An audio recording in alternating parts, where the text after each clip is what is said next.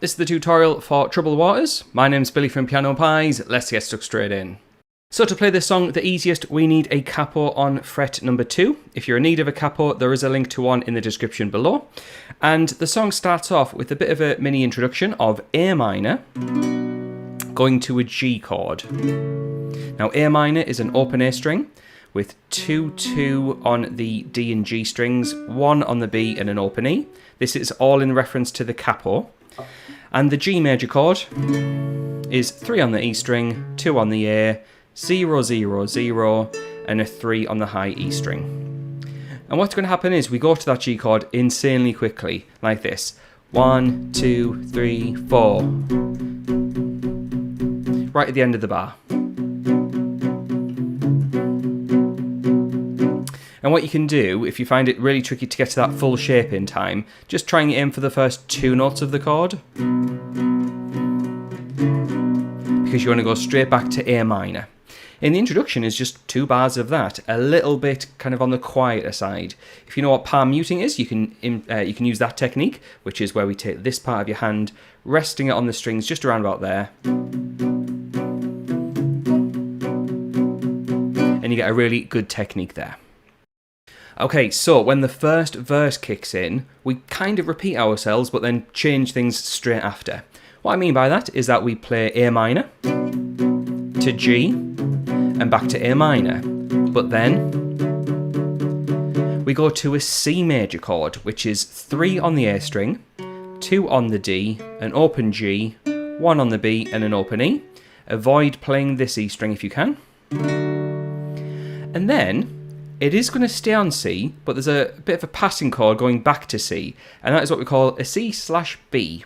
Now, if you don't know what that chord is, get rid of this finger, move this finger up a string, and that is a C/B. And what's going to happen is you'll play 1, 2, 3, 4, and 1, 2, 3, 4. So very quickly I went from the C to the C/B, and then back to the C. So let's demonstrate what one time around the full verse should sound like.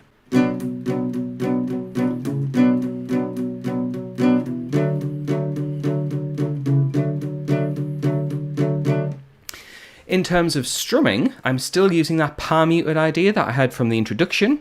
However, I'm kind of really stressing the 1, the 2, the 3, and the 4. I'm just pushing the volume. 1, 2, 3, 4. 1, 2, 3, 4. So I'm making my downstrokes that little bit heavier. And that just adds a little bit of texture to the song, and it makes the guitar part sound even nicer.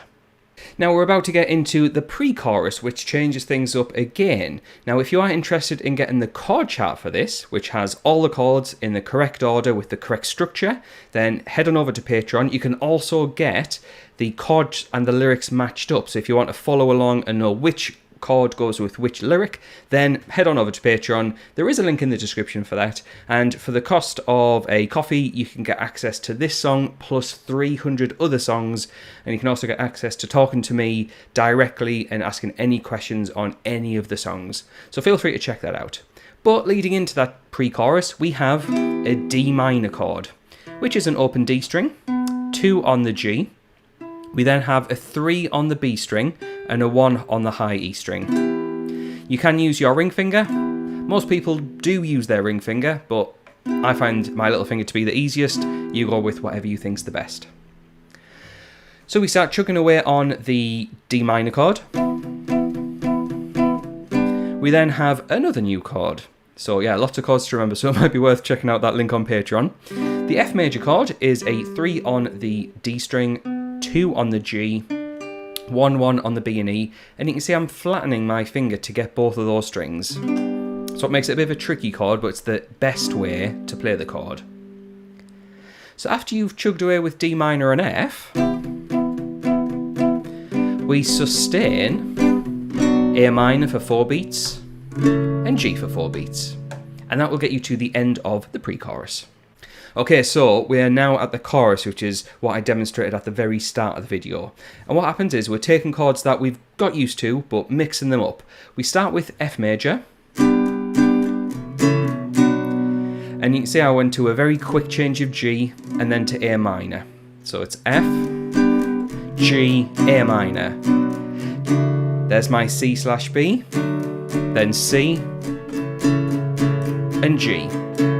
And for the most part, I'm just strumming back and forth, like that with my strumming.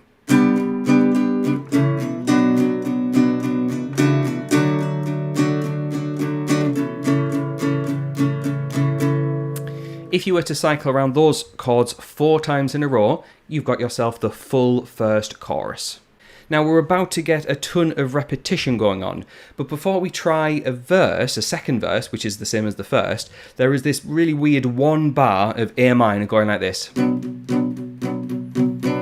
And then the verse starts over. So between that big chorus and the second verse, a bar of A minor, and then tons of repetition. So we have a second verse, same as the first, a pre-chorus, the same as the first pre-chorus, and looking over to my notes, another chorus, which is the same as the first chorus. So basically just keep looping round what we've done already. There is then a bridge section where we can sustain some chords, and what happens is we play A minor, 1, 2, 3, we then have our C/B that we've been getting used to, then C for 4 beats, G for 4, and F for 4. I'll just do that one more time. So A minor.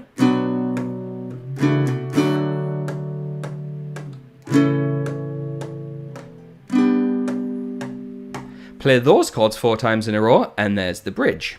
Finally, we get to the last part of the song, which is the chorus. Same as every other chorus, loop around those chords 4 times, which is the F to the G, A minor, C/B, C, and then G.